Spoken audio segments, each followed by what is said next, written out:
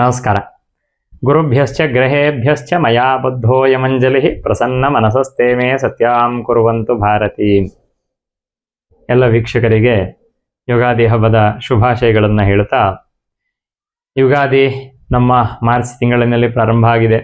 ಇನ್ನು ಮುಂದೆ ಪರಾಭವನಾಮ ಸಂವತ್ಸರ ಪ್ರಾರಂಭ ಆಗಲಿದೆ. ಈ ವರ್ಷ ಪರಾಭವನಾಮ ಸಂವತ್ಸರ.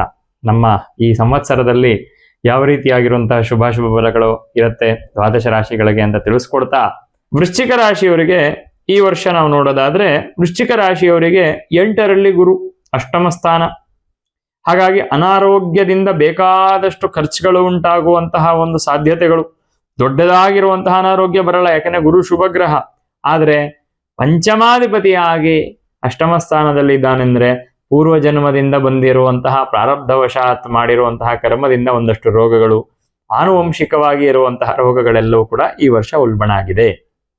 ಇನ್ನು ಮುಂದಿನ ದಿನ ಹೇಗಿರುತ್ತೆ? ಮುಂದಿನ ವಿಶ್ವಾವಸು ನಾಮ ಸಂವತ್ಸರದಲ್ಲೆಲ್ಲ ಒಂದಷ್ಟು ರೋಗ, ಖರ್ಚು, ತಿರುಗಾಟ, ಹಣದ ವ್ಯಯ ಇವೆಲ್ಲ ಆಗಿದೆ. ಆದ್ರೆ ಈ ವರ್ಷ ಅದೆಲ್ಲವೂ ಕೂಡ ಸ್ವಲ್ಪ ಇಳಿಮುಖ ಆಗಲಿದೆ. ಯಾಕೆಂದ್ರೆ 9ರಲ್ಲಿ ಗುರು ಉಚ್ಚ ಸ್ಥಾನದಲ್ಲಿ ಸಂಚಾರವನ್ನ ಮಾಡ್ತಾನೆ.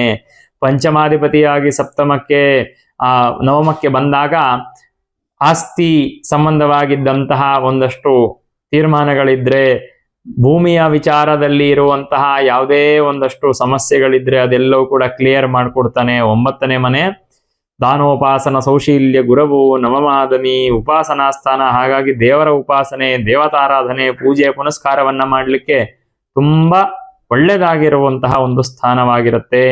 ಹಾಗಾಗಿ ಕುಲದೇವರ ದರ್ಶನವನ್ನ ಮಾಡಬೇಕು, ಕುಲದೇವರ ಪೂಜೆಯನ್ನು ಮಾಡಬೇಕು, ಕುಲದೇವರಿಗೆ ಸಂಬಂಧಪಟ್ಟಿರುವಂತಹ ಆರಾಧನೆ ಮಾಡಬೇಕು, ಒಳ್ಳೆಯ ಫಲ. ಪಂಚಮಾಧಿಪತಿ ಆಗಿರುವ ಕಾರಣ, ಪೂರ್ವ ಪುಣ್ಯ ಸ್ಥಾನ ಆಗಿರುವಂತಹ ಕಾರಣ ಜನುಮದ ಸಂಗಾತಿಯನ್ನ ಪಡೆಯುವಂತಹ ಒಂದು ಗುರುಬಲವು ಕೂಡ ಪ್ರಾಪ್ತವಾಗತ್ತೆ. ಹಾಗಾಗಿ ಇಷ್ಟಪಟ್ಟಿರೋರನ್ನ ಮದುವೆ ಆಗುವಂತಹ ಒಂದು ಯೋಗ, ಅದಕ್ಕೆ ಏನಾದ್ರು ತಡೆ ಬಂದಿದ್ರೆ ಅದೆಲ್ಲವೂ ಕೂಡ ನಿವಾರಣೆ ಆಗುವಂತಹ ಒಂದು ಯೋಗವು ಕೂಡ ಕಾಣಸಿಗತ್ತೆ. ಅದರ ಜೊತೆಗೆ ವಿಶೇಷವಾಗಿ ತಂದೆಯ ಆರೋಗ್ಯದಲ್ಲಿ ಏನಾದ್ರು ಸಮಸ್ಯೆ ಇದ್ರೆ ಒಳ್ಳೆ ಸರಿ ಹೋಗುವಂತಹ ಸಾಧ್ಯತೆ. ನಿಮಗೆ ಆರೋಗ್ಯದ ಸಂಬಂಧಪಟ್ಟಿರುವಂತಹ ತಿರುಗಾಟಗಳೇನಿತ್ತು ಅದೆಲ್ಲವೂ ಕೂಡ ನಿವೃತ್ತಿ ಆಗುವಂತಹ ಒಂದು ಸಾಧ್ಯತೆ. ಒಟ್ಟಾರೆ ಹೇಳಬೇಕು ಅಂತಂದ್ರೆ ಸುಖ, ಶಾಂತಿ, ನೆಮ್ಮದಿ ವೃಶ್ಚಿಕ ರಾಶಿಯವರಿಗೆ. ಪಂಚಮದಲ್ಲಿ ಶನಿ ಇದ್ರೆ ಅನೇಕ ಕಷ್ಟಗಳು ಅನ್ನುವಂಥದ್ದು ಅವರಿಗೆ ಸಹಜವಾಗಿ ಬಂದರೂ ಕೂಡ ಆ ಕಷ್ಟಗಳೆಲ್ಲವೂ ಕೂಡ ಈ ವರ್ಷ ಎಲ್ಲೋ ನಿವೃತ್ತಿ ಆಗುವಂತಹ ಮಾರ್ಗಕ್ಕೆ ಬಂದಿದ್ದೀನಿ ಅನ್ನುವಂತಹ ಮನಸ್ಸನ್ನ, ಪರಿಸ್ಥಿತಿಯನ್ನು ಕೊಡುವಂತಹ ಸಹಜ ಯೋಗ ಅನ್ನುವಂಥದ್ದು ಈ ವೃಶ್ಚಿಕ ರಾಶಿಯವರಿಗೆ ಪ್ರಾಪ್ತವಾಗತ್ತೆ. ಹಾಗಂದ ತಕ್ಷಣ ಎಲ್ಲವೂ ಹೊಟ್ಟೋಗ್ಬಿಡತ್ತಾ? ಖಂಡಿತ ಇಲ್ಲ.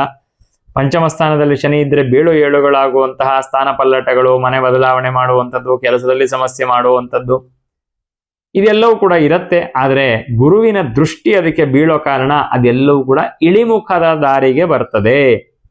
ಕೆಲಸದಲ್ಲಿ ಅಭಿವೃದ್ಧಿ ಆಗ್ಲಿಕ್ಕೆ, ಸ್ವಲ್ಪ ಮಾಡ್ತಿರುವಂತ ತಪ್ಪನ್ನ ಅರ್ಥ ಮಾಡ್ಕೊಳ್ಳಿಕ್ಕೆ, ಪೇಷನ್ಸ್ ಅನ್ನ ಇಟ್ಕೊಂಡು ಪರಿಸ್ಥಿತಿಗೆ ಪ್ರತಿಕ್ರಿಯೆಯನ್ನ ಕೊಡುವಂತಹ ಒಂದು ಯೋಗವನ್ನ ವೃಶ್ಚಿಕ ರಾಶಿಯವರಿಗೆ ಈ ಒಂದು ವರ್ಷ ತಂದು ಕೊಡಲಿದೆ. ವೃಶ್ಚಿಕ ರಾಶಿಯವರಿಗೆ ಸಹಜವಾಗಿ ಒಳ್ಳೆಯದಾಗತ್ತೆ. ಆಂಜನೇಯ ಸ್ವಾಮಿಯನ್ನ ಹೆಚ್ಚು ಉಪಾಸನೆ ಮಾಡಿ, ಕುಲದೇವರನ್ನ ಉಪಾಸನೆ ಮಾಡಿ, ಇನ್ನೂ ಒಳ್ಳೆಯದಾಗಲಿದೆ. ಬೇವು ಬೆಲ್ಲ ತಿಂದು ಸುಖ ದುಃಖವನ್ನ ಸಹಜವಾಗಿ ಎರಡನ್ನೂ ಕೂಡ ಸ್ವೀಕಾರ ಮಾಡುವಂತಹ ಮನಸ್ಥಿತಿ ಇಟ್ಕೊಂಡು ಈ ವರ್ಷ ಪರಾಭವನಾಮ ಸಂವತ್ಸರದಲ್ಲಿ ಪ್ರಾರಂಭದಲ್ಲಿ ಏನೋ ಒಂದಷ್ಟು ಈ ವರ್ಷ ನಾವು ಸಮಸ್ಯೆಗಳನ್ನ ನೋಡಿದೀವಿ, ಯುದ್ಧಗಳನ್ನ ನೋಡಿದೀವಿ. ಈ ಯುದ್ಧ ಎಲ್ಲವೂ ಕೂಡ ಇಳಿಮುಖವಾಗಲಿ ಅಂತ ಪ್ರಾರ್ಥನೆಯನ್ನ ಮಾಡ್ತಾ, ಗುರು ಉಚ್ಚ ರಾಶಿಯಲ್ಲಿ ಸಂಚಾರ ಮಾಡೋದ್ರಿಂದ ಧರ್ಮ ಬುದ್ಧಿ ಎಲ್ಲರಲ್ಲೂ ಕೂಡ ಪ್ರಚೋದನೆ ಆಗಲಿದೆ. ಹಾಗಾಗಿ ನಾವು ಮಾಡ್ತಿರೋದು ಅಧರ್ಮ ಅನ್ನುವಂಥದ್ದು, ನಾವು ಹೀಗೆ ಮಾಡಬಾರದು, ಇದು ಒಳ್ಳೆಯದಲ್ಲ ಅನ್ನುವಂಥದ್ದು ಸಹಜವಾಗಿ ಎಲ್ಲರಲ್ಲಿ ಜೂನ್ ತಿಂಗಳ ನಂತರ ಬರಲಿದೆ.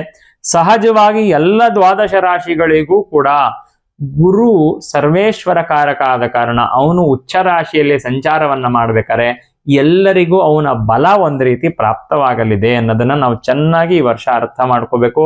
ಈ ವರ್ಷ ಒಳ್ಳೆ ರಾಶಿಯಲ್ಲಿ ಸಂಚಾರ ಮಾಡ್ತಿದ್ದಾನೆ. ಕೆಲವೊಂದು ರಾಶಿಗಳಿಗೆ ಅದು ಅನಿಷ್ಟ ಫಲ ಅಂತ ಮೇಲೆ ಕಂಡ್ರು ಕೂಡ ಒಟ್ಟಾರೆ ಪ್ರಪಂಚಕ್ಕೆ ಗುರುವಿನ ಸಂಚಾರದಿಂದ ಉತ್ತಮ ಫಲಗಳು ಪ್ರಾಪ್ತವಾಗಲಿದೆ. ಎಲ್ಲ ರಾಶಿಯವರಿಗೂ ಹೇಳಿರುವಂತಹ ಅನಿಷ್ಟ ಫಲ ಅಂತಂದ್ರೆ ಅದು ಅನಿಷ್ಟವೇ ಆಗತ್ತೆ ಅಂತಲ್ಲ, ಅವರವರ ವೈಯಕ್ತಿಕವಾಗಿರುವಂತಹ ದಶಾಭುಕ್ತಿಗಳು, ವೈಯಕ್ತಿಕವಾಗಿರುವಂತಹ ಜಾತಕಗಳು, ಅಲ್ಲಿರುವಂತಹ ಗ್ರಹಚಾರ ದಶಾಭುಕ್ತಿ ಇತ್ಯಾದಿ ಎಲ್ಲವನ್ನ ಚಿಂತನೆ ಮಾಡಿ ಹೇಳಬೇಕು. ಹಾಗಾಗಿ ರಾಶಿಗಳ ಮೇಲೆ ಹೇಳಬಹುದಾಗಿರುವಂತಹ ಒಂದಷ್ಟು ಫಲಗಳನ್ನ ಹೇಳುವಂತ ಪ್ರಯತ್ನವನ್ನ ಮಾಡಿರುವಂಥದ್ದು.